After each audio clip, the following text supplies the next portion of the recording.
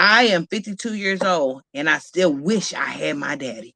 So at the end of the day, Father's Day is significantly important for me because he was taken away from me, murdered in 1997 on Mother's Day.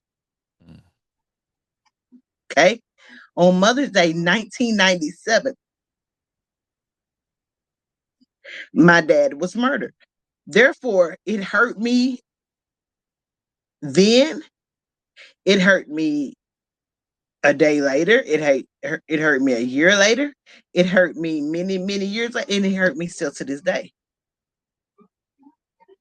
So, for the fathers who are here today, be serious about being about your child's business.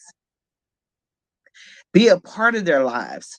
Hug them, talk to them, have a relationship with them.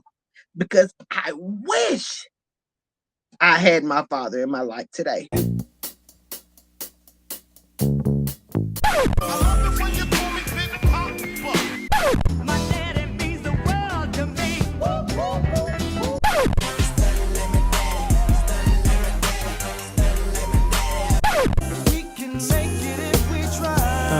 Just me and you. Just me and you. What's going on, beautiful people? It's your host, Drake, B Drake with Everythang Culture. And this morning, this afternoon, this evening, we're back with another episode. And this is our Father's Day episode, Father's Day special 2025. And we have the pleasure of bringing our panel of ladies this year. So, y'all know last month for Mother's Day, we had a panel of men. And of course, we're going to flip it this time and have a panel of ladies. Hey, y'all know what we're here to talk about. We're talking about the appreciation of the role models, the father figures, and the fathers that we've had in our life. And this is a casual conversation. All right, y'all chill. We're here to laugh. We're here just to engage and show how the men in our life make us feel. The good, the bad, the ugly, the hilarious. You know. So we appreciate y'all tuning in. Make sure to tap the screen. Make sure to leave comments. If you have any questions that we may miss, holler at us. Let us know. But we're just happy to have y'all. So let's get right into it. So, what is your earliest memory of your father? If you go back, what was some of the early, when you first remember spending time with your father or the father figure in your life? I was either helping him put on his shoes with his shoehorn in the morning. Take that. Shout out to my grandpa had one of those. Okay, listen. Or helping him polish his shoes the night before. There was a man that loved to polish his shoes. Or sitting at his desk while he counted his money he made for the day. Mm. And he was very old school with his change, where he would put his change in those paper things to go to the bank. The coin rollers. Yeah, and I would help him count them out and his dollars and putting them. So that was like our thing that we used to do. And then the way that I would try to slid past the 9 o'clock bedtime is getting him so caught up in the boxing that was on the TV and just watch it with him. And then soon it'll click like, oh, let's pass your bedtime. You need to go upstairs. But that was like our thing. But that's like the earliest I remember doing stuff with him. I guess my earliest with my dad, we lived in a 2-bedroom, 1-bath house in a division of Tyler, Texas called St. Louis, and it was right up like 3 blocks up the freeway, or up the highway from my grandparents. Really, I never knew that. And yeah, I have to show it to you one day when we go to Tyler, the house we lived in. But I was a big daddy's girl. I did absolutely no wrong. I loved it. And I was wrong, right? But I did no wrong in my dad's eyes. Every time it was our birthday, my 2 sisters and myself, when it was our birthday, we didn't have to sit at the kitchen table to eat dinner or eat lunch or eat whatever. We can go in the living room, which wasn't probably no bigger than my restroom that I got in there. It wasn't that real big. And we had this console TV that sat on the floor.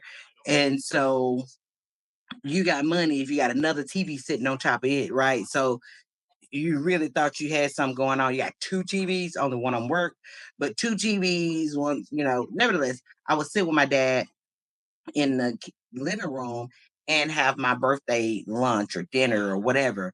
And according to my sisters, my two sisters, I cursed a lot. Mm. I don't see how that was possible. It's me. I don't cuss. But I cursed a lot as a little girl, as a 2-year old, 3-year old. I cursed a lot. And our kitchen wasn't divided by our living room by very much square footage, right? Mm. So it whatever happened in the kitchen, whoever's in the living room is gonna hear it. So my two sisters, and one of them should be coming on in a little bit, and she probably can vouch for this and let y'all know I'm not lying. But I would have this whole rant of cussing, say what I want to say, do what I want to do, and just cussing, cussing, cussing. They're like, Daddy, y'all hear you hear Anki? You hear Anki in her cussing? I don't hear her cussing. What did she say? What she say? So they'll say the cuss word and they get a whooping for cussing. They get a whooping for So cussing. so I and I gotta preface this if y'all haven't listened to the makings of Angela as well. You are the youngest. yes. Okay, so you got that preferential treatment. Gotcha, gotcha. Yeah, I did. And so from there, they couldn't stand me. My sisters couldn't stand me as a little girl because they got whoopings behind the stuff I did. But Yeah. it was only by my daddy. My mom wasn't trying to hear that. Yeah, you cussed and I'm gonna tear your butt up from my mama. But my daddy, oh no, I can blow up earth. And he gonna say, what did y'all do to her? She didn't really mean to do that, and she probably didn't do it. Somebody else did it. That was me and my daddy. And when he had a injury on his back, and my mom worked for the railroad company, Hmm. and he was off, so she would make him, you got to keep Anki in today, you got to keep Angela, my nickname is Anki, you got to keep Anki today, she got to be home with you. He's like, okay. So he keep me. We riding all around Tyler, and at the time, you had these big long. They had a El Camino, Mm. and the back seat is long, and then it wasn't, you didn't have to have a seatbelt on. So he'd be driving all over. He'd be stopping at little Savoys and little clubs and all that. But I'm in the back seat, standing up with my arms on the back seat like this, riding around while he's doing his thing, right? His little things. And I'm riding back in the back seat with him. I had, I had the world at my fingertips. Let me tell you something. My daddy and I were very, very close. How much culture has changed? Because Ooh, listen, culture has changed tremendously since then. I wish you would be riding around somewhere with your child standing in the back of the seat. They don't even have long back seats, I don't even think, no no more in no seatbelt car. on, nothing. No seatbelt on or nothing, but my arms on the back windows, in the back window, windshield, riding while he driving and yoking the LE corners, and I ain't failed yet. I'm probably just holding on. See. Yeah, me That and my daddy. I love it. I love it. Jaya, what's the earliest memory that you have of you and your father or your father figure? Um, One, me and my sister, we're 11 months apart, but we will have a constant argument and fighting over who gets the we used to call it like airplane, where he basically has his feet, he'll throw his feet up and he, you know, bouncing on it. Yeah, So we'll yeah. be like, that's my daddy. This my daddy. That's my daddy. This my daddy. But for the most part, it's that bedtime stories. Um, Allegedly, I was the the mischievous or the bad one. Mm. So every time I get in trouble, I'm just like, I didn't do nothing, so I'm running straight to my daddy. Or if I got sick at school and my mama could pick me up, my daddy picked me up, and then to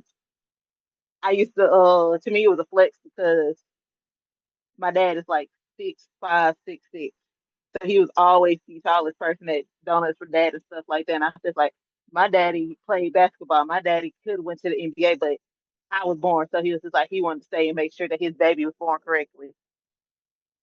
Mm. And since then, like your sister said, she's a daddy's girl. Me and my sister still to this day, you say anything you want about me, but you can't say anything about my daddy, and I'm willing to fight you. Thank you. And I know you and Jay jumped on it for a little bit. How would you, if someone asked you, about your dad, how would you describe your father in your words? In my words, other than tall, it'd be caring, strong, willing to basically take a bullet for all of his kids, even the ones that aren't his. But he's one of those people that's like, if my kids hang out with you, then you're safe. Your parents ain't got to worry about you walking home in like at night and stuff like that by yourself. Because my dad didn't play that. And then he's also like he's he's nice, and for the most part, that's one of the only people other than like my grandfather and my uncles and stuff, certain uncles that I can try to lie to them, but I can't.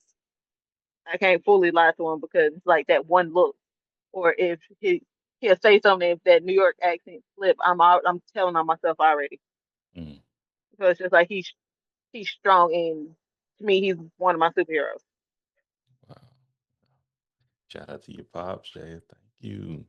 Shan, I know you came off a little bit. Um, I would say that man was confident, driven, and very much full of himself. Mm, And sometimes being full of yourself is needed in certain areas of your life, but if you put it in the wrong areas, your ego um, pushes your help away. mm, And I think if close to the end of his life, if he really could do it over, I think he would quiet that ego a bit more. But decisions. mm. Talk about it. Thank you, Shan. And welcome in, Crystal. Thank you for joining us. Welcome. Okay. Thank you for having me. Oh no, this is our pleasure. It's our pleasure. Crystal come through on the Zooms and the conversations and the TikTok. She right there with us. We got to get some things taken care of. But thank you for being here. And Mhm. we just asked a few questions right now.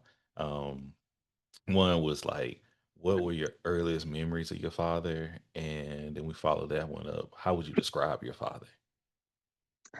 So my earliest memory of my father, I think my earliest was kindergarten. Mm, I remember my first day of kindergarten. And I remember sitting at the table with him. He was like way too big to sit at that little kid table. yeah, work And them knees. we ate graham crackers and milk. And I was scared being my first day. I didn't want to be alone. So he stayed, I don't know, a couple hours with me until I felt comfortable. And then, he left. So I do remember, I guess I had to been, 5 years old in kindergarten. Mm, mm, mm, Yep. mm. I love that. I remember that. How would you describe him? If somebody asks you, who your daddy? What he look like? How would we know him if we didn't know him? Very, very funny. Okay, Jokester. okay. Always like to laugh. Um, slick, real slick, A Detroit slickster. player. That's what you're saying. Detroit player. He's kind of slick. He's a slicker. Um, I guess just he was very hardworking, very smart, very intelligent. But so I was actually raised by my stepfather. Share about him. So that's who I'm talking about. That's Oh, who I call okay. my dad, my stepfather. My real father, I never really had too much of a relationship. I didn't meet him until I think I was like maybe 13 or 14. Yep. Wow, But my stepfather is the one who I call as my father because he was the one that actually raised me. love it. Thank you, Crystal. We'll get to that in Yep. a second too, if you don't mind. Hmm. And Angela, how would you describe your father? My father was like this cool, suave ladies man. Um, A Tyler player. Okay. his nickname, his government name is Tommy Jesse Simmons, and so everybody called. I mean, his name was TJ. His Yeah. nickname was TJ, but his real nickname from everywhere, if you knew people who knew my dad after he passed, you would meet them. "Oh, you sweet tea daughter, you sweet tea daughter." So his nickname was Sweet Tea. My dad was so calm, cool, and collected, and I mean, he was my biggest fan, and of course, I was his. But he was like this type of person that he had to look good in the tweed suits and the um sideburns and all that crazy stuff, but he always had that sunroof open up top, Mm, the sunroof open up top. So he didn't have no hair up there. drop top. But the drop top, yes. He had the drop top going, but that didn't shake his groove at all. He had women falling all at his feet. But he was such a cool, a calm, cool, and collected guy. I mean, my daddy literally auditioned to be a Temptation when the Temptation split up. My daddy went to Detroit to, try to be discovered as a Temptation singer because he loved music. So I love music. I'm my daddy's girl. Love music. So anything Commodores, the Temptations, the everybody, Mays, Frankie Beverly. He was a musical kind of guy, but he was a really, really, really suave, cool cat. He was just a cool cat. Hazel eyes, gap in his teeth. Oh man, oh, he thought he was the stuff. I remember one Christmas that the first Christmas my dad and mom separated. It was very difficult for me and my two sisters. So, but he came for Christmas in a red crushed velvet, I would say, material, three-piece suit as Santa Claus helper. I mean, he just had to come over there for us. But regardless of what my two sisters say, I'm always gonna be that man's favorite. And although God rest his soul, I'm his girl. I'm my daddy's girl. I am a daddy's girl, and no one has ever been able to top him ever in life. Mm. Thank you, thank you, thank you. I learned more and more. I've heard about that at Christmas too. You mentioned it on your Making Some You. That was one of your favorite holiday. Your Christmas was your favorite holiday, and that was the favorite Christmas you ever That had. was it. I Yeah. remember that. I remember that. Thank you, man. I'm over here. I'm thinking just a second. I ain't saying nothing about my dad. Okay. Okay. This is a group. This is a conversation between all of us. I would say, I would. My first memories of my father was with my brothers as well. Like I remember he had us all around him. Okay. And I think it was to the point that I think my parents just separated. We moved to Tyler, and I would remember going and staying with them for long periods of time. And my dad, he had roommates, but he was a bachelor longer. He was like very laid back, cool. Like I look at myself now, he was built a like very muscular, shorter dude, big afro. That's the thing. He had like one of the perfect afros you can think of. Um, Me and him looking like every time I walk past a mirror, I'm like, damn. I see what my mama used to say. I do look like my daddy. Okay. But as far as my memory was just like me pillow fighting with him, and he just always gave us instruction and direction what to do. You know, Even when I see him and my mother going back at it at a young age, he was always like, what's the word we can lose? He was very nonchalant and condescending and a smart ass mouth too. So I see where I get a little of these things from. Okay, he knew where to push buttons to aggravate somebody. And I'm like, and I talk when I talk to my siblings, especially my older ones. Even if we wasn't raised together all the time, we was raised at that young age, and a strong impression was made on me just from that upbringing. So my first memories is just like hanging with him, and my brothers. Um, pillow fighting, playing video games. My dad was a big, gamer. Before he had the Atari, Nintendo. If you talk about a game, my daddy had it when it first came out. Okay, that was the thing. So I would say he's and my mother too was one of the original gamers that we consider these days. But as far as describing him, if you think of me with an afro, yeah, muscles and everything. That is my dad. No Maybe lies detected. a little bit shorter, a little bit shorter. He may not have, well, I'm 5'9". My dad probably be like 5'6", 5'7". But when I first met him. But when I think is he is a laid back dude.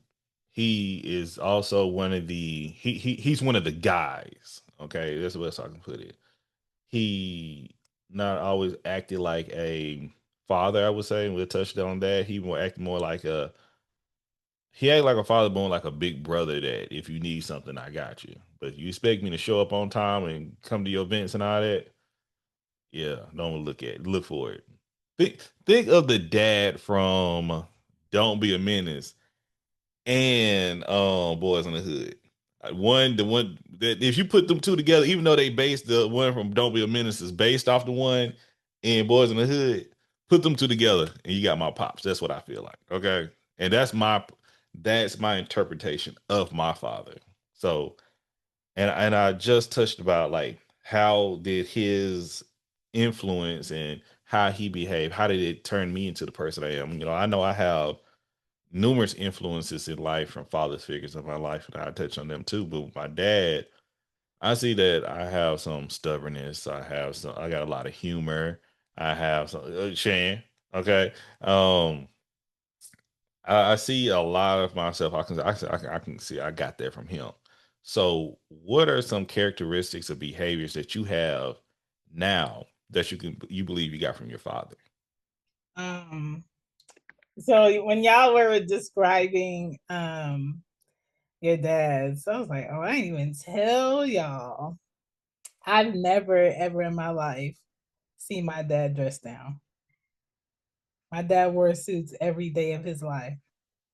He uh he owned property in Philadelphia. He had his own barbershop. He hired his friends. He gambled a lot. He was a womanizer man. Mm, Married to my mom. My mom kind of brushed it off because she's just like, it's what men do. Caribbean man, that's what men do. And um, the ways that I'm like my dad is I'm a hat girl. My dad was a hat man. Every day he wore a hat. He spent hundreds of thousands of dollars on hats. He had a hat closet in the living room. Um, and he's very much connected to like how he feels is depending on what he was wearing. I'm like that. I like to get dressed in things that I like. Since I was 16, I've only picked jobs that will allow me to wear what I want. If you tell me I got to wear a uniform, I'm not working here. If you tell me I can't wear what I want and do my job, I'm not working here. It's not for me. Um, he's very determined. So am I. Stubborn. So am I. Willing to fight to get my point across. So would I. And not scared to be by themselves. My dad wasn't scared to be by himself. My dad was very much you leave, another woman's coming type person. And he never let people get in his way of like making money. If friends weren't to his benefit as far as doing good also and being focused on something they wanted to do, he didn't have to be around them. If your family came around, whether it was your grandmother, your father, your sister, they all could get cussed out because when you in his house, you got to respect them. He had a lot of rules and regulations for stuff. I'm the type of person where I get to pick and choose who comes up in my driveway. You just can't pop up. So we're very similar. listen, no morals right there. Anybody else want to share? Like, what are some influences that your dad have in your life? Things that you believe you picked up from your father that you still hold today? I got my whole personality, minus my mouth, but I got my whole personality from my dad. Mm, So the day y'all see every Sunday or even in group chat and stuff like that, make me 1 inch, no, 1 foot taller and a man that was born and raised in New York. That's my daddy. He's like Shan said, except it's not hat with him, and he always had shoes, and he will not crease them for the he'll rather walk barefoot before he creases shoes. mm, I haven't made it that far because my dad was just like he hated buying shoes because it'd be like brand new Nikes. I was a tomboy, so I'm playing hard in them. And then I bought my own pair. I was just like, yep, nope, I'm not creasing these. But his shoes, he about that driveway, he was like, no. And then he was like, I'm in high school, so he was like, okay, so I have two daughters. They at the age where they want to start dating. He looked me around because it's like, if a boy want to take you out, he got to come to my front door and knock and ask me, can he take you out?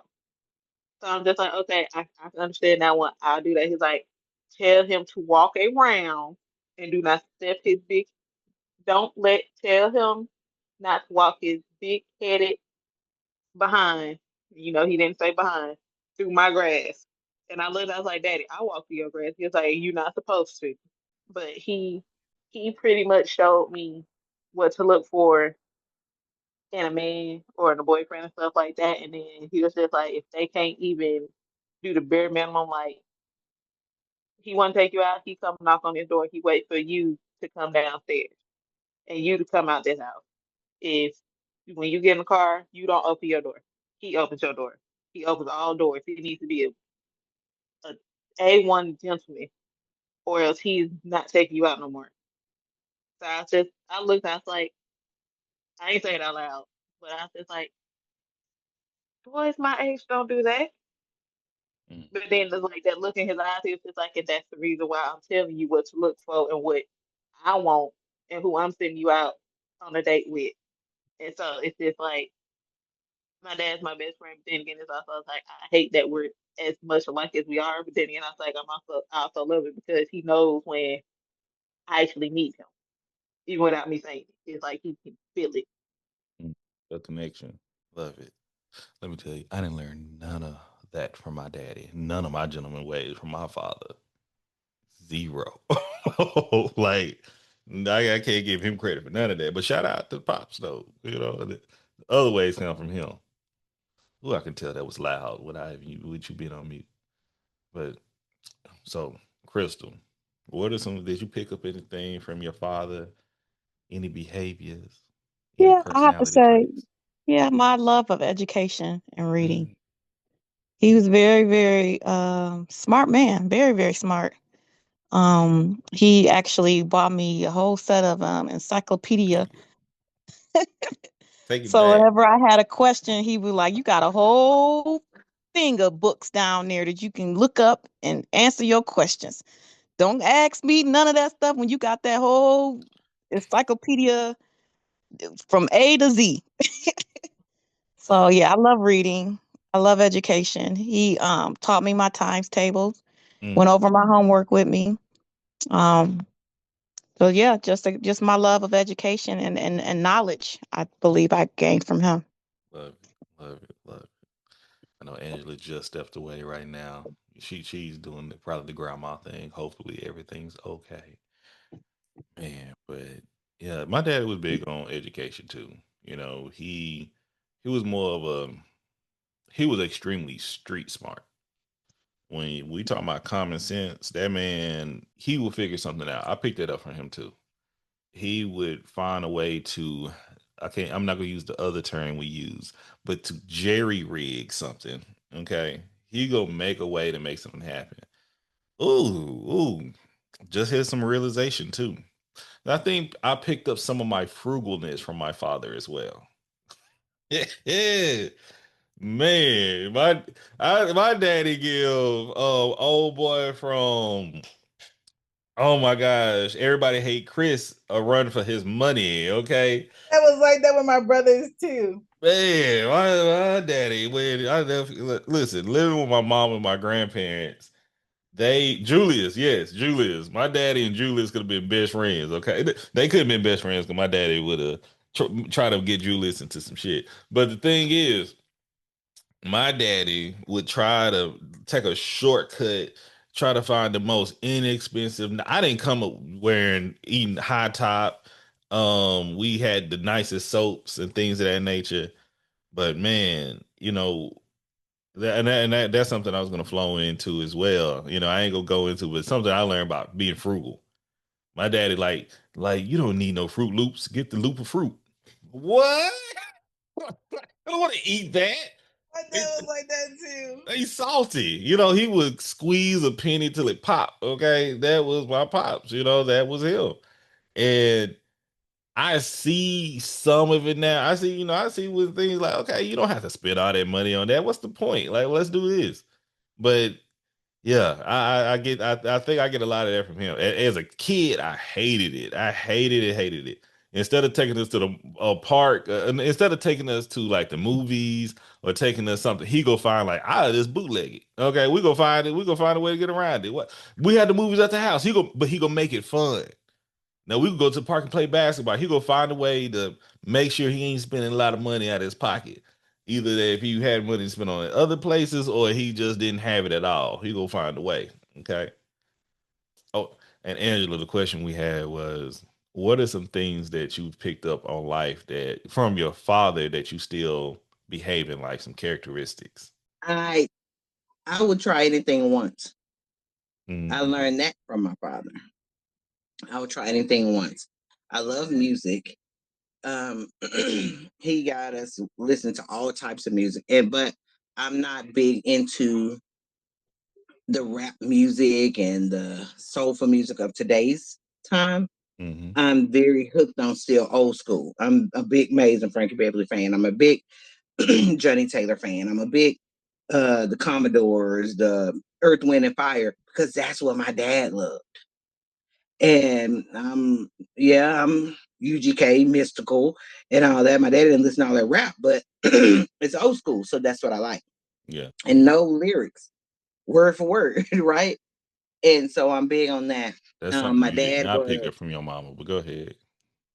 what? You did not pick that up from your mama, by the way. I definitely did not. I definitely did not. But I love music and I listen to all types of old school music and I know lyrics of everybody. And I like to dress different than Mm, people. And my daddy was the same type of person. These polyester suits and he be shiggity wop sharp, right? Anywhere he went, and he didn't have to. I want to do the same thing when I go somewhere. I'm gonna try to outdress everybody in the building just because I want to stand out from everybody, right? yeah. That's why I felt the way when I got on here today with this Reebok shirt on and these pants. I just totally forgot about everything. So I was supposed to be sharp. I was gonna be sharp when I came on this today, right? But yeah, I digress. Okay, let me let it go. But yeah, that's what happened. Listen, and But I think I'm had to put a disclaimer for the folks who don't know. Sharp meaning dress extremely well and fine. Sharp, Southern yes, real terminology. shiny jewelry on. Oh I was yeah. gonna pop, right? Now, mind you, my daddy lived with his mama Mm, in a house, a wooden house that sat on cinder blocks. So you come out the house that sharp. I mean, dude, what you do? yeah. But and the taste of eating certain things, I eat differently than people. I eat certain things that I wouldn't have ate, that anybody else wouldn't have ate. Mm, I still know how to eat stuff like hoghead cheese. My daddy got me on hoghead cheese. And if y'all don't know what hoghead cheese is, I will try to send y'all a picture of that later on. It's the most disgusting mess ever. There's a whole bunch of accumulation of animal body parts all gelled in together. You put yeah. it on a Jail. cracker. Yeah. Yeah. It's a gel, yucky I don't looking eat it. stuff. I don't eat it, but once again, just like chitlins, everybody else in my family eat it though. Yeah. But my daddy them had me eating that kind of stuff. The hoghead cheese, the country cooking, the greens. My grandma, my daddy's mom, we called her Big Mama, and my mama's mom was grandma. But Hmm. my big mama, she would cook big pots of stuff, and we would eat it like it wasn't nothing, and that would be the nastiest crap that other people would see. But I ate it because this is my daddy. My daddy said this is good, so guess what? I'm gonna eat it because my daddy said it was good and I ate it. I ate it, and the craziest things that we ever did around my daddy. But my daddy got me on. I think I need to dress up everywhere I go. I need to be a certain type of way. When I come in the room, look at me, but don't look too long because I'm gonna say what you looking at. Because my Oh my daddy gosh. was sweet tea. He was debonair suave or whatever, but don't mess with him. And don't mess with his daughter, Angela. Anky. Anky Poo Poo. So don't mess with me. So Shanae and Tanya, okay, yeah, he liked them, I Oh think. gosh. But I was his girl. I'm still his girl. Hey, yeah, they should have been here to defend themselves. All I gotta say. You invited them. They not Uh, here. So I'm gonna say what I want to say. No. but let me tell you this. I love this, and thank y'all so much for coming on for real. Because with men, with because let me see, what were the ages? My father was born, I think, about 1950. Okay, maybe 1955. He was born in the 50s. Okay, y'all just thought, if y'all don't know exactly what year were y'all fathers born in? 1923. Yeah, my bad. Yes, that man made me at 64. And it was out of pocket. I, Yes. I want to say 73. Your dad Either is born in se- 73. then I was I born in believe him and my 73. mama. What? Him and my mama are the same age. I believe they were either 73 or 63. Yeah, okay. Okay. Okay. Like, I just would feel some type of way. I do feel some type of, But hey Jay is young. daughter. Jay is No. probably the youngest person in here, though. Yeah. Jay I, had me. Um He was 24. Yeah, he was 20. Him and my parents were 24 when I was born. my dad was born in like the 1940 somethings, the late 40s. Because my mom was 51, mhm. 1951. And so he was a couple of years older than my mom. So I can't say specifically. I mean, I can look it up, but I feel like if I do something to look it up right now, I'd No, get myself out Zoom. don't even But mess with yeah, it. he Don't even was try. right. I'm not well versed in stuff like this, but yeah, he was a late 1940s, and yeah. Okay, Crystal. So my dad is 3 years older than my mom. She was in 58, so I think he would have been 55. Okay, okay. 55. Ooh, so we got some range here. All right, Hmm. we got some generation. We got a Generation X. We got the boomers. And we got some the silent generation of fathers in here as well. That hard work is different. So, we got three different generations of fathers that represent. Okay.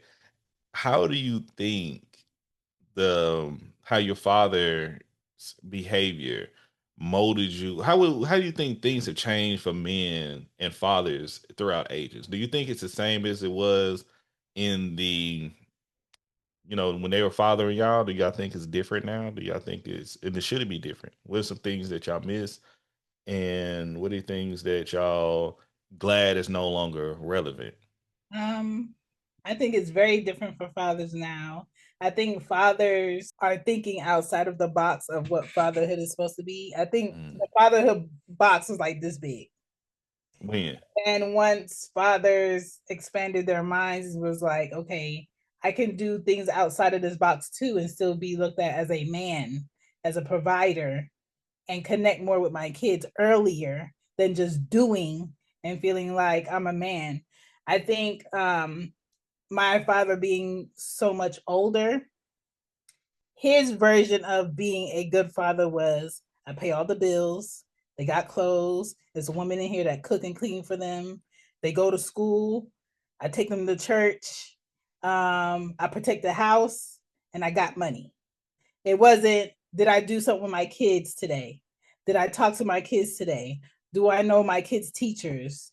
Do I take care of them when I'm sick? In his mind, that's a woman's job. That's woman's play. I'm a man. This is what I do. And I think now we have men who are just like, I can spend quality time with my children and provide. I can connect with them emotionally and still be a man. I can even stay home with my kids, teach my kids, pick my kids from up from school, and still be a man in my household if my wife works outside the house. And I think the dynamics of what a man is supposed to be for children or as a husband has opened up, and it's become more of a partnership and a team effort more so than, didn't I get you this? You should be happy. Don't I do this? I'm a good dad. And that mentality sometimes has a lot of men stuck on, I might not be in the household with my kids, but I send them $200 every month. I'm a great dad. It's more the dad than just financial. It's more the dad than just um, making sure the lights is on. So I'm glad that has changed, but it's kind of like, damn, I wish my dad could experience the other side of fatherhood, because how he was raised, I had to stop being mad at how he was, because I'm just like, maybe he didn't have the best example as what a dad was supposed to be. Maybe in his mind, how he was raised, and in those times, and this is where I told you I had to do history research on his age. Now, I had to put some things in perspective. So, like, for instance, in 1941, when African Americans in World War II, he was 18. So Talk about it. the Talk mindset about of a it. black man at 18, right? Yeah. 1955, Emmett Till, Rosa Parks, he was 32. So he's seen and he saw a lot. And so for him, I had to think, okay, why did this man wear suits every day? Because in his mind, if a black man dresses well, he should be treated well. Respect. Yeah. Right. And then 1957, the first Central High School integrated, right? That's right. Sit-ins was when he was 37. The church bombings was he was 40. I Have a Dream speech, he was 40. Civil Rights Acts, he was 41. Selma, he was 42. So he's seen things done to black people where he's just like, he had this mentality, if I move myself far from that, they won't group me in being like them. And so a lot of times when I was like around 13, 14, and I would ride around Philadelphia with my dad, the things he would say about other black people, you would think he was a white man sitting in that front seat, because he just was in a mentality of, if I present myself far removed from them, they can't group me and treat me like them. And I couldn't fault him from what he saw and he was dealing with in his time to not think like that. And at 64, when he made me, you're not going to help that type of man unlearn what he knows. It's done for, you know? So yeah, I wish he could experience different, but he was just raised different. Thank you, Shane. You talked a lot with a lot of what's the word we love here? Empathy. Okay. Yeah. Because I can't unhear what I just heard. That was amazing. Thank you. And I'm sorry, Brandon, just jump in here and say what I said. This is a But girl, conversation. Because and I appreciate I that, love because it. taking the time, and I want everybody to think like that. What do you think your dad, your father had to go through raising you? What was the climate looking like? That's what I say. What does it look like now? And I'm glad she says. I look with fathers like, man, I was gonna wait to the end, but I'll shout them out again. But I be seeing a lot of men. One of my guys, from Garrick to Adrian, all my brothers that showed up on my Father's Day episode last year. Um, man, when I'm talking about KG, Marvin, I'm looking at my brother Donnie. When I tell you these guys, they come on and they sit down, they work, they spend time with their children. Like, once again, go and listen to last year's conversation. It was a conversation about my partner Gary. He expressed that he stopped working for a year after his mother passed, because he said, I need to spend time with my kids. He said, I want my kids to know me. And I pulled the clip up, and if during the clip, as he was saying it, he was like, he didn't really know his dad coming up, and he now, when his dad retired, he tried to build a relationship. He like, I don't know you like that. Me, not having my father in the household, I like, In my this, I didn't say in the episode, but I talked to him later. I like, and we had conversations about this before. I said you was only you and maybe two other guys. All of my childhood, the only guys I knew with their daddy in the household. So me hearing you saying that, I was like, you kind of out of pocket with that. But he expressed how he expressed because he had such a strong connection with his mother, and having that. But his dad worked all the time. So, but now we have. But I'm empathetic, and I'm thinking, man, your daddy probably that's all he knew how to do. If what was his dad doing? Like, hello. So that's the thing. Like, so do we think about what did your dad? How do you think culture has changed parenting and fatherhood right now? My mom would say my dad wasn't there to do things for us. She would say he wasn't there to do things for us. Now I get it. Financially, that may have been factual. That may have been factual. But I can't say because I never missed a step on getting what I wanted or needed, or I mean, I always had what I wanted. So if my daddy had something to do with it, I wouldn't know. I wouldn't know. I didn't know that part of us at the time. I was in the band. I had all the new Jabos. I had Jordache. I had Calvin Klein. I had all the new stuff that came out. I don't know if it came from my mom. I don't know if it came from my daddy, but I know I had it. So who did it? Who knows, right? So, but my mama should say in a minute, your daddy wasn't shit. Okay, I get that, but he was a lot for me. Mm, When I called him, he answered the phone. When I went to his house, he was there. Although he lived with my big mama. So what? I don't care where you live, sir. My dad, when I would call my dad, uh, when I would when I would speak to him, when I was going through my first marriage, I've been married twice, divorced twice, by the way, but married twice. My first husband went to my dad and said, "Can I please have your daughter's hand in marriage?" Because I wanted that to happen in order for me to marry this man, right?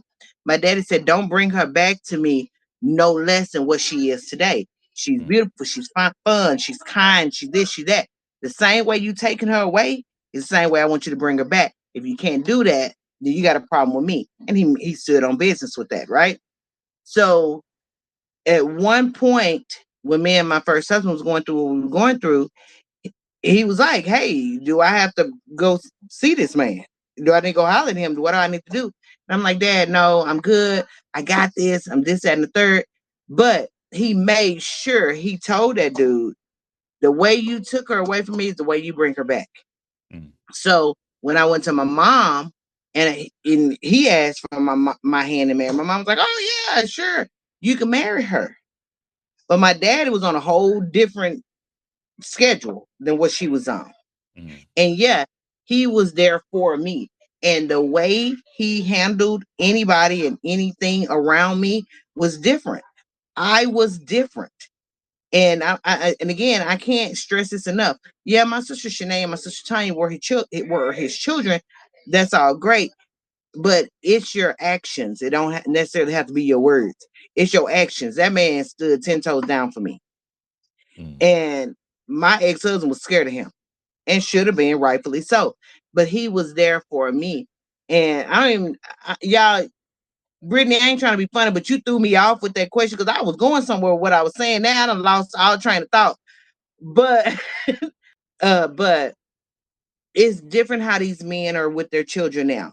Now they're, well, whatever your mama say, whatever your mama want to do, and even if they're not together no more, they put it all on the mamas. Whatever your mama say, whatever your mama want to do. My daddy wasn't like that. Yeah, my mama may not have been a fan of sweet tea, but I was, and he stepped up for me every time. These young men now, if they can't be with the mama, they don't give a damn about the child. And that's so unfortunate for these children. mm, So unfortunate for these children. If the daddy can't be with the mama, now they don't want to do nothing for the child because they feel like if they give that mom any type of resources, financial resources to help the child, they're helping the mama. They don't want to help the mama no more. Deal with that with one of my kids' dads. Huh? I deal with that with one of my kids' dads, and then the other And that's horrible. yeah, it is. And then the other one, um, a bulk of why I liked him as a man was because of how he showed up for his kids. Um, and even now, like we're not together, we co-parent. We've had like our, but when it comes to Ari, oh sir, tomorrow 9 o'clock, she'll be ready. And they have the best relationship. And because I know the value of what that is to have a man in a child's life, I don't step in the way of that. The other one, been MIA for 2.5 years. Randomly this week, email me, I miss my kid, and put a number in the email. No reasoning on where he been, no conversation with me as an adult.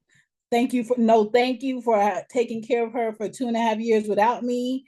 All this time not getting my financial help. Can I speak to Anya? Let me speak to Anya. I give her the phone. I'm not stepping in the way of you having this relationship with your dad, as tiny as it is, as crummy as it is, unfortunate. But I'm not stepping in the way of that. She needs to see who he is. I cannot step in the way of her knowing who he is, regardless of what I think about him. And I wish moms would let go of trying to make sure if he checks all my boxes, then no, let him, let them. And if they Right. want to, It's nothing you can do. Let that's him it. develop his own relationship with his children. Yeah. My ex-husband with my daughter, I didn't step up. I never told her the relationship me and her dad had. I never told her the relationship me and her dad had. It was a horrible relationship. But I let her have her own relationship with him. Do something with her, do something for her, whatever, whatever. And if he wasn't doing, I was doing. If he wasn't showing up, I was showing up. So whatever happened with her and her dad, that was his problem. That was his unfortunate behavior on what he was doing with his child. I never stepped in the way. And as she got older, she saw it, and I never, ever, ever told her any different. When I was getting child support, she never missed a beat. Every child support payment went toward her. I don't need your money. Hell, I got a 9 to 5. I work every day. But she benefited off of me and him whenever it came.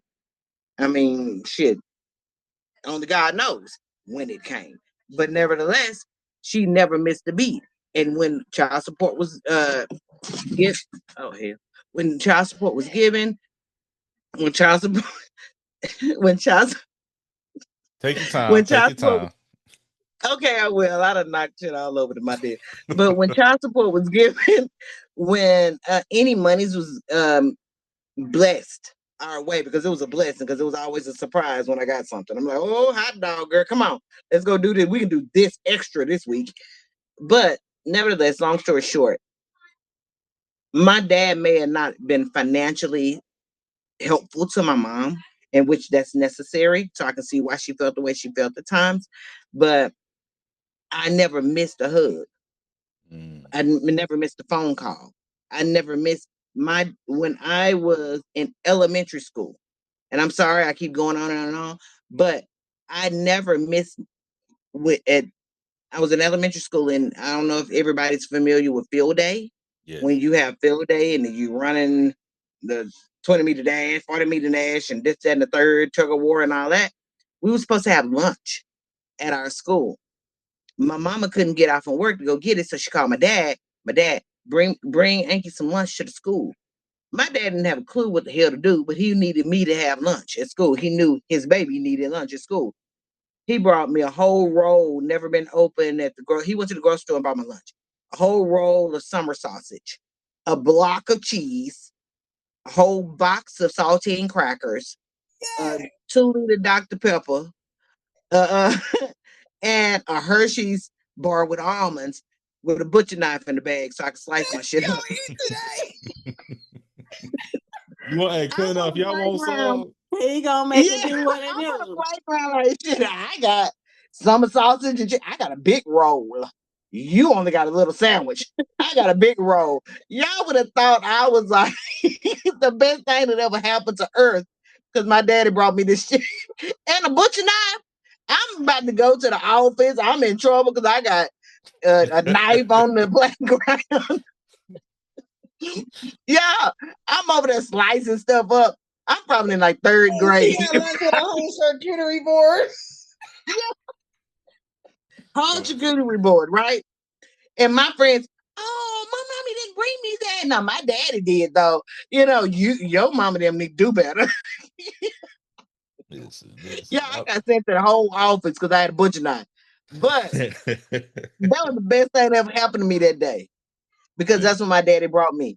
You don't have that today. I'm sorry, you don't. These dudes are here today. I don't know what's going on with them. And we can't say they don't have. They have it. You may not see it all the time like that, but it is I out don't. there. It is out there. And hey, Uncle Brandon gets kick in like, you No, know. Uncle Brandon. No, Uncle Brandon. Yeah. Okay, I'm sorry. I'm gonna go Okay. back on Okay. mute. I Okay. was just Okay. playing. But all I'm saying, some people, just like your dad was there to be that shield, be that filter.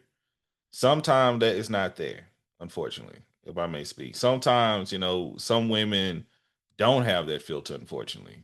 And it goes about the same thing with these men, like me not having my dad around in certain ages. My dad and my mother taught me a lot at a young age, at a very young age. Like I knew about the birds and bees when I was 5. Not just the birds. I knew in detail how this works from my mother and my father.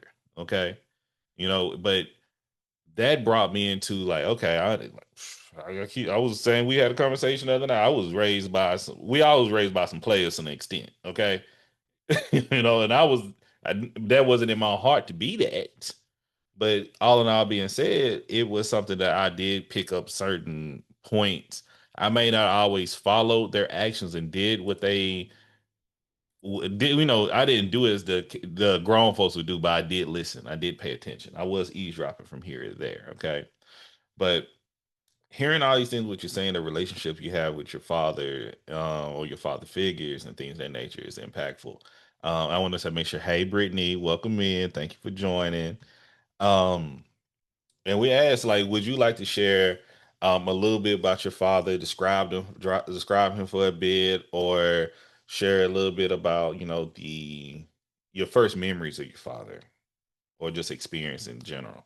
Unfortunately, I cannot, due to the fact that my father passed away when I was 2 years old. Wow. So I never got the chance to meet him, or I did meet him, but my memories of him are, they're not really there.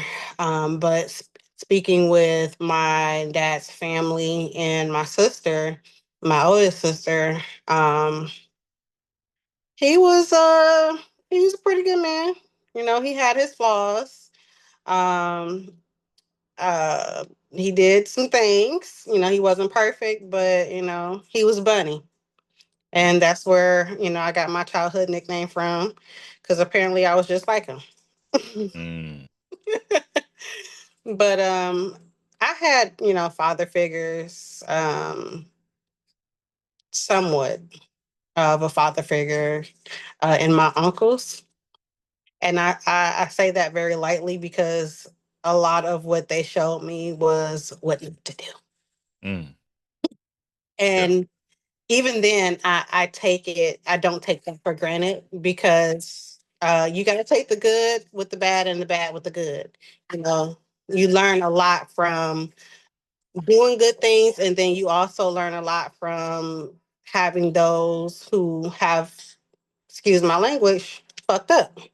Mm, And so what it is to expect, what you want, and what you don't want. yeah. Yeah. So, and I love how you touched on the point about, you had father figures, you had other men that stepped up in their life that left an example. Either they were a hero or anti-hero. They were still there to leave an example for you. And I've had many of those as well. And I look at them because, once again, we share a little bit like my dad, and I would love to hear from the rest of y'all, because, once again, I don't know how many of y'all dad was in the household or, with you throughout your life. I think Shan Pop was there for a great amount, then Jaya, Angela's maybe been outside. Crystal had, her father in the house, and Brittany had father figures, but her father passed away. Me knowing my dad, he was like what Angela was saying. Let's say they don't make him like this. Not these new age dads. No, my daddy was like that. Okay, my daddy ain't never been to a field day. My daddy ain't never been to any of my games. My daddy ain't been to any of my graduations. My daddy haven't been to my wedding, engagement, nothing. He knows about every single thing. But I had other men that stepped up and supported me in major ways. Okay. And I was reading the chat here on TikTok that a couple of people said one of their first memories of their dad is them walking them to either kindergarten or pre-K. My uncle Burl walked me to Head Start. Okay, that's pre-K, same thing, I believe. When I tell you, they would, you don't remember all these things as a kid, but I remember my family hyping up Head Start. You about to go to school, boy. You about to be at the house. You ready? I'm like, I guess. Whatever talking. I'm chilling all day at the house. I'm straight eating Fruit Loops with my grandma and my mama. Okay, not Loop Fruits. Okay, I'm eating the real deal. Okay? I'm chilling. And I remember with my Uncle Burl, he walked me around the corner to the Head Start, and he was like, "All right, Brandon, bye. Can I go?" I'm like, they introduced me to all the kids in the class, and he told me he about to roll. And I ran out like, "Hey, where you going?" This is like, no, we do this together, or we leave. We came together, we leaving together. It ain't working like that. And he was like, "Nah." And I remember crying. I remember getting a spanking in front of there, and I had to go back inside. That was an impactful moment in life. Okay, but it showed me like how to detach and go. Of course, we want to have those things with fathers, but those father figures are just as important to lead us and make us better people. Man, my uncle, Washington, worked at the school, was a principal at a school. I didn't want to, coincidental, didn't want to go to school that morning. I'm like in the second grade. Didn't want to get dressed. Didn't want to wash my, didn't want to do nothing. I don't want to go to school today. Threatened to paddle me in front of the school. Hey, what's it called when you don't miss a day in school the next year for the rest of the year, whatever? That not the honor roll, but the attendance through the roof. Yeah. High school, my Uncle Paul. I came out this is back in the day when you couldn't be wrinkled. Thank God we live in an age where you ain't gotta iron everything. And thank God you ain't gotta have stay flow all in your starch all through your clothes, man. I I love hated that that lemon era. scent. Hated that era. Hated that era. You know how much time it like Angela said, I had to be sharp. I don't want to be like I look good, period. Okay, but anyway, those are the times then. This is in the early 2000s. I remember he threatened to whoop my ass in high school because I came out with my pants wrinkled. Hey, pants. I used to iron all my pants every Sunday after that. It taught me organization and how to make sure to keep my appearance in check. Even now, if I come out with it, but I'm still gonna look decent. I'm still gonna look approachable. I'm not gonna look raggedy. Who taught you that? Uncle Paul, Ruby Daddy, and Oh, okay. and Ruby Daddy, great. I love him. Love you. Like But he told you no game. no games, zero, none. If you want to tell you, like we talking about we call these folks young for YNs. He was a ON. He didn't. He would in a heartbeat. I've seen him take me to school. Somebody cut him off in traffic. He'll drop me off on the corner, pull out something out that dash, and be safe. Get to school and chase that person down. What? Okay, like, but I've seen men build houses. I've seen men run businesses. I've seen men, even and when I say businesses, from legal to illegal. Okay. I've seen men go through separations and divorces. All those experiences, I'm like, man, I don't ever want to go through that. So thank you for showing me how to maneuver through these things in life. But how many other did y'all have any men that stepped up in your life that was not your father that represented father figures as Yes. well? So I've been telling the girls, like, I said, y'all know how Richie sometimes pick y'all up from school? It's like, yeah. Well, when I was little, Richie who's my brother, my favorite brother. I guess I have a favorite when you have five. He would pick me up from school when I was in elementary school, middle school. He would drop me off at middle school. I remember asking him to take me to school. And this man did not brush his teeth before we got into that Honda Civic, and the windows was rolled up. Like, please speed to the school so I can get out. But the same thing is like, he's doing me a favor. He's dropping me off at school so I don't have to walk. But he would pick me up from school. My oldest brother would give me like neck rides to pick me up from school if my mom couldn't do it. They pick my daughters up when I have to work at the office. My nephew picks my daughters up when I have to work at the office. So my dad fathered in limits of what he thought. That's not my job. My brothers picked up where my dad didn't, where a dad should. My dad never dropped me off at school. He had 2 cars. The only time I really got to drive in my dad's car is if he was going to his barbershop, checking on his properties, or it was Sunday, he was picking us up or dropping us off at church, or going to play the lottery. My dad was the only house in Philly on that street that had a garage that he made on the side. He thought that he was fathering what he needed to do, but I had uncles that, gave me talks, told me how to be a lady, told me what to expect as far as like, you got your nails painted, make sure they full painted. If they chipped, you need to wipe it all off and start over, or don't have nothing on them. Make sure your nails is clean. Don't come out the house like this. You need to go put some shorts under there. Not asking me, you gonna wear shorts? Go put some shorts under there. You not wearing that. If this happens, what do you do? Giving me scenarios. So like with my brothers, with my uncles, and with friends of the family, I got to see men who work for themselves, men who don't work, men who work for somebody. What's their life like? What are their women like? What do they do with these women? And I come from a Caribbean household. My mom's dad only had a 6th grade education, and he built houses, and he had 11 kids, and he took care of all them kids, and he's been living for himself since he was in the 6th grade, and he was married until his casket dropped, and he just built things and made money and created a community for himself. And he was very much, if I'm not getting a ride to church, I'm taking the bus. If I'm not taking the bus, I'm walking, but I'm going to church today.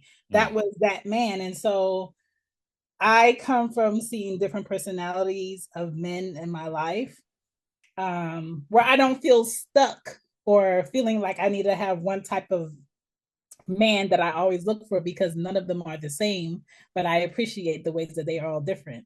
And so even though my dad had his limits of how he fathered, I didn't feel that much of a lopsidedness where I didn't have him, because somebody kind of picked that up. So Thank you, Shan. And hello, Shanae. How are we doing? Welcome to the episode, sister. Hey, I don't know if you can hear. If you can hear me, your younger sister been going in. Let me tell you that. I'm sorry, party for the party. You are all right. Your sister has been going in. Let me tell you that. Like, I look forward you listen to this later. Look, appreciate you, Brittany. Thank you for joining us. But how we doing, Shanae? I'm doing great. Love it, love it, love it. So, this is the Father's Day special. We done covered quite a bit, but we heard a lot about TJ. Okay. Oh yeah. We heard a lot about TJ. We heard a lot about the fashion, the lifestyle, the support. But we want to hear from you. And I love that we have sisters on here as well that can share about a father from their different perspectives. So can you tell us what was your first memories with your dad, and describe your dad for us as well? Oh wow. Well, I'll start out by saying that I'm his twin. Yeah, yeah, yeah. So definitely look like him. Um don't think I really act like him, because he was like real cool and calm. But I do have some aspects of that, kind of laid back and chill. Um, oh gosh, he was all about business when it came to us in school, especially me.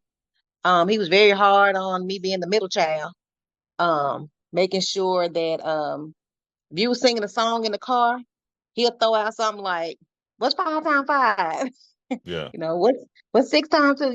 Just throw stuff out Yeah, there he just to didn't do throw me you like off. that. And so I'll be like giving out the answer. And if you got it wrong, you better not sing another song, especially off the radio, because then you're gonna get your feelings hurt or get popped or whatever. Of course, yes, all the things that I'm talking about didn't apply to Angela.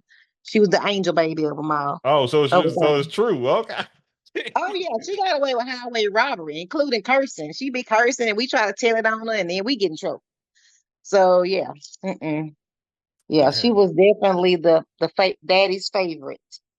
I think he just gave me the hardest time. I don't know because I looked like him or if I was a middle child or what was going on. But but yeah, he was cool all around, cool dad. He made sure we had what we needed. Hard worker, especially when we were younger. He worked for the railroad company, Cotton Belt Railroad. Oh, okay, Um, okay. yep, engineer on the tracks and everything. So we didn't know that we had it good back then. Yeah. But no, we did pretty good. Took us on vacations in the summertime, and not only did they uh take us on vacations, but Dad made sure we had a babysitter to go with us.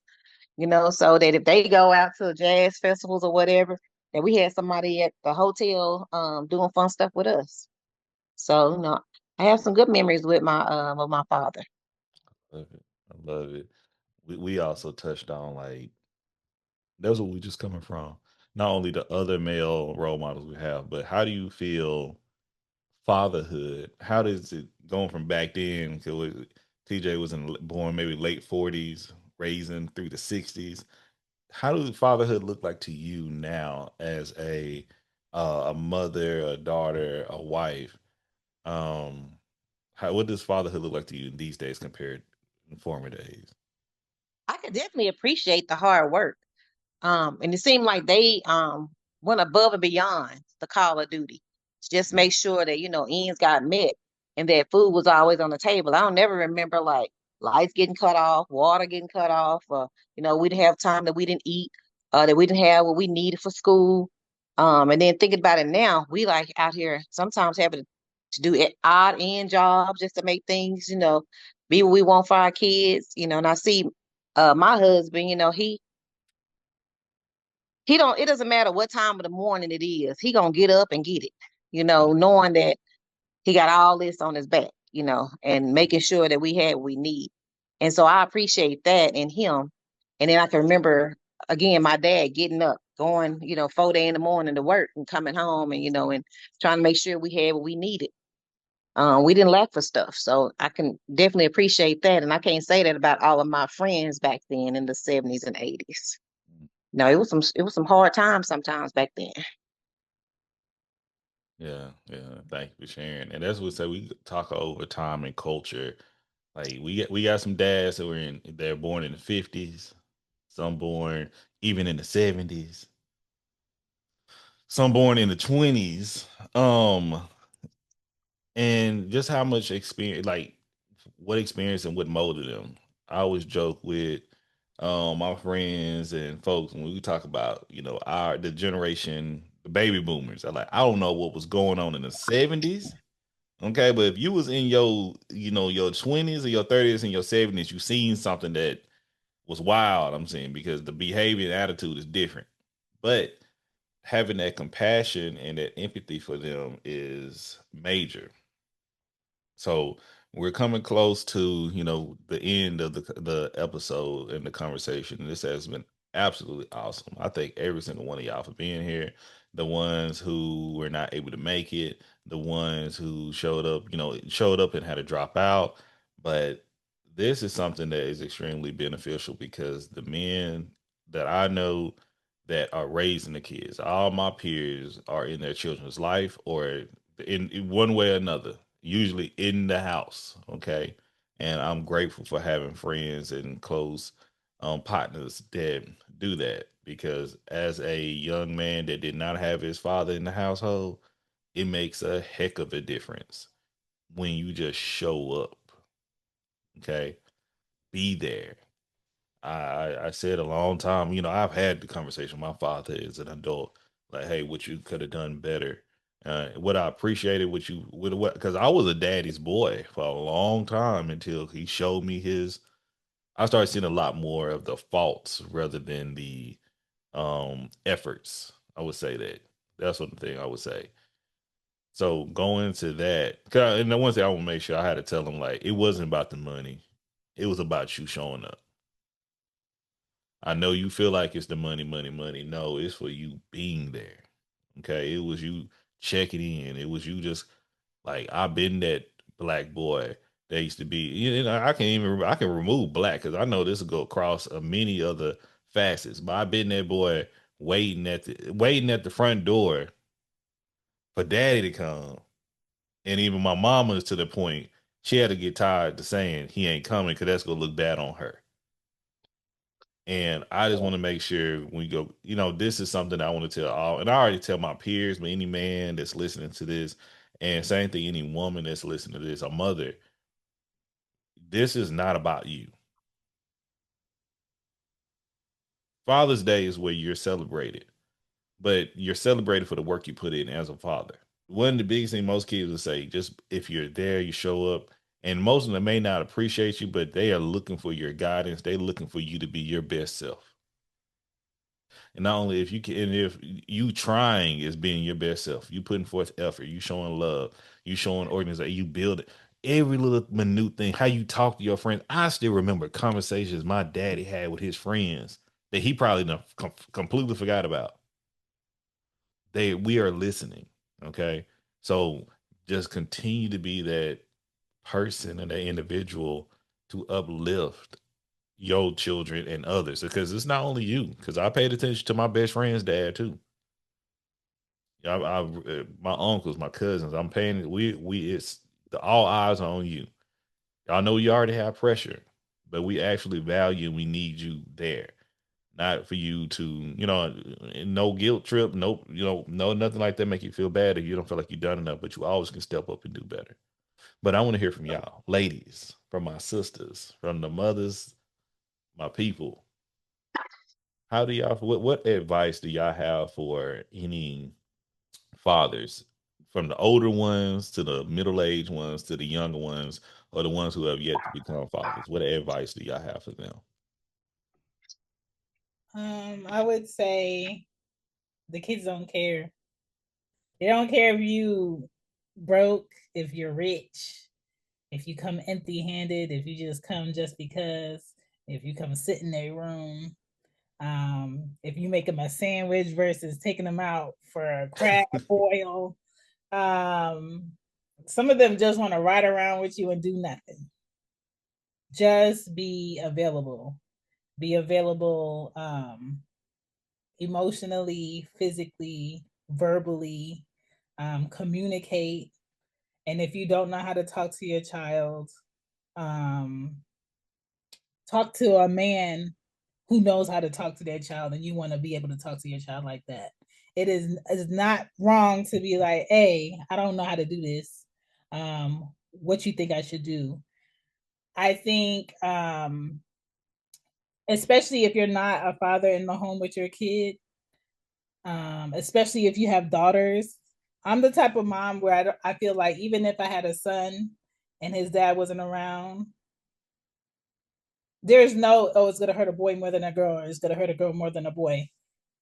Kids need both mom who is loving and nurturing, a dad who is showing up and being an example. I would say, for dads, if you haven't seen your child in 5+ years, 16+ years, 18+ years, write to that child every day and put it in the box. If you have a daughter that has a mom that's just like, I don't want nothing to do with you, stay in my daughter's life or my son's life, write to them. So, because every day that a child is not around their father, they're wondering, do they think about me? Do they want to see me? Do they have feelings for me? Do they know I exist? Do they care that I exist? Am I the only one feeling a loss? And if you're also feeling a loss, your child wants to know that. They don't want you to call them up and be like, oh, hey, I'm your dad. And you just feel like you don't have to explain all those years. That's being intentional, that's effort. And even if they don't know you, that's something. They could choose to throw that box in the trash, but that's your something other than you just saying, well, your mom, well, I didn't know where you was at. You always fight for your kids, whether it's through the courts, whether it's talking to family members that know them, checking in. If you got to send pictures of yourself so they can see that they come from something that's different too, do that. But you always find a way to connect, regardless of what a mom doesn't allow or whatever. You find a way to connect. That's my advice. Thank you, Shan. Welcome. Preach. As a father, your presence is important. Your sacrificial giving is present. Your leadership, we're not talking about money. Money has nothing to do with none of the stuff I just named out. And yes, your financial support at times is definitely necessary, but it's not always the be all, the end all, or the end all, the be all, whatever they want to say nowadays. If you want to be in your children's life, you got to have some type of sacrificial giving for your life, for your person. Be there, be present, because the God that I serve gave his only begotten son for us. I don't want to turn this into a spiritual connection, but what I want to do is make it 100. I want to keep it 155. I want to let everybody know that the God I serve gave his only begotten son as the father. And for us, we got to keep it 100 as mothers. If my baby's father didn't do whatever he needed to do financially, but did you pick her up, at least take her to the park? Yeah, it was free, but you spent time. Yeah. Where's your time? Where's your effort? Where's your loyalty to them? Where's your let me give you a hug because you hurt yourself, you scratch your knee. Let me see what I can do. Let me show up to graduations. Let me show up to birthday parties. Let me show you who I am because damn it, I'm your father. And you can come to me for whatever, and I should be able to go to you for whatever. And let's have a conversation. Let me show you what it feels like to have father leadership. Again, it don't always have to be financial, but Lord knows the financial assistance is needed. Lord knows it's needed in these times. But let me get you off of social media long enough for you to know how much I love you. But I know he never turned his back on me, in so much left me beneficiary solely of his small little life insurance policy that I made sure I shared with my sisters, but I want to make sure I say he made me beneficiary, and I say that because that's how he looked at me. But at the end of the day, I'm still who I am with my family and my sisters. Hush, Brandon. But I was like, you I didn't have have to to say say that small like that. You put a it strong wasn't emphasis. big. Shanae tell you it wasn't worth a damn dime, to be honest with you. I'm crying. But it was enough to say, okay, thank you, Daddy. And I shared it with my sisters. And he made me beneficiary of that little old pool of money. But I was I'm right sorry. there Because the to way you described TJ being a player, if I can hear it, like you ain't gotta say that now. yeah. That part. That part. I ain't get I ain't get panky. Because the biggest thing for me is to tell dads, don't allow someone to not let you be in your child's life. Mm. Like they want to say it's the other parent or they significant other or the mother or whoever. Don't allow anybody to keep you from being in your child's life. because that's important. And I think a lot of times, especially our younger generational fathers, they'll let that be the excuse. I don't think that it's always genuine because no one could tell me not to be a mother to my kids. And if I'm going to be with somebody who's going to be my helpmate or my partner, you got to know that I come with these kids. And so for fathers, I just want to keep saying, don't let no one, I don't care who it is, keep you from being a father to your child. And if you allow that, then that tells me your character.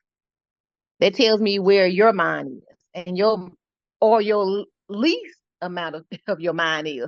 Like you're not all 100% in. And we got to give it, like Angela said earlier, we got to give it our 100%. But I am still 10 toes down on the fact that I don't want these young men today to feel like they don't need to be in their children's life just because they can't be with the mom. I can't be with the mama, or I'm not going to get a mama nothing because I don't want her to benefit from my resources. But you got to remember, that ain't nothing new, sister. My daddy did that. Definitely not and that's nothing new. unfortunate. And what you're saying is just a cycle that has to stop. That's the thing, the biggest thing about Yeah, it is. And I want to You make don't sure, gotta do that. yeah, but it's about control, and that's why we have to come across a lot of these systems that's been created. This ideology, that if you don't have the woman, the child doesn't matter. You know, that is a very ooga booga mindset. If y'all been following me, everything culture, you know what I mean by that. Mm-hmm. So I just want Or to even if you mad at her, you take it out on the child. I'm not correct, talking to the parent, so I ain't and, gonna talk to the child. and Amen. that Those two don't have nothing to do with each other. agreed, and that goes from parents on total. I've seen on both sides. I will. Mm-hmm. So we have to make sure with the fathers who are trying to keep trying, and the fathers who are trying and doing well, please continue to be an example Mm-hmm. Yeah. and be a role model. Listen, I don't have any biological children, but as many kids and young men and women that message me on Father's Day, thankful for the leadership I given them, it means a lot. But I have to take the things and experiences that I had in life and share with them. It just that simple, spending time. I took one of my mentees shopping for his graduation because I know he doesn't have Awesome. that type of connection with another man in his life. Men and women are needed. We are needed in our society to continue to support one another. And it takes for us to continue to hold each other accountable and communicating and having conversations just like this. It takes a village. That's all it's been known. It takes a village. That's why I say mothers and fathers, uncles, cousins, everybody. We have to lean on one another. But for overall, this is Father's Day. And we want to say thank you for all the fathers out there, whether you think you're not being great, or the ones you're being recognized for being great. We want to say thank you for it. Shout out to my brothers and the fathers that I've seen do a great job from Rodney Franklin, Mark Johnson, Carlos Irwin, Jose Bagsby. I got Garrick Jackson, Adrian Johnson. That's times two. Donnie Ray. Oh my gosh, I was like, Asbell, Donnie Asbell, my brother Brandon Ortiz. I can keep going down a list of names of guys that I just sit back and pay attention to being great fathers. I mean, um, man, BTG for president, Baylor. Because I see them actively, even though if you don't see them post online all the time, like when I can brag about my guy Dunny, he could get to tell his business, but he told me they try to diagnose your child with something saying it is, and you step up and you get books and you work and you help your child how to that type of effort I see from fathers, and you work hard. We see it, and I want to make sure y'all get the credit for that, and continue being that great example for fathers. And if I didn't say your name, don't take it to heart. The love is still there, baby. Okay. And the Um, teachers. and the ones that the teachers are the one that could like being that father figure is such a big deal. And lastly, I want to make sure to say, man, I miss a lot of my role models have left. My male role models have left this earth in this realm of their soul is to somewhere else in heaven. But I'm thankful for y'all. Appreciate y'all for making me the man I am today. But not only that, I want to say thank y'all for being here again. Appreciate y'all, ladies. We gonna stay on a little bit and chop it up. Got some people still want to roll on, but we gonna put this in close. And if afterwards y'all want to make a shout out video, I'm gonna include this in the video as well for any men that y'all want to appreciate for Father's Day. But I want to say thank y'all for listening. Make sure y'all like, share, and comment. Make sure to follow Everything Culture, the podcast, for all cultures, the podcast for the purpose. Our mission statement comes in the words of Dr. Martin King Jr., which is he believed that men hate each other because they fear each other. They fear each other because they don't know each other. They don't know each other because of segregation. And because of segregation, we have miscommunication. So we created this great platform right here on the pillars of respect, communication, and consistency. So we get to know each other so we can love one another. Thank y'all and God bless. Peace.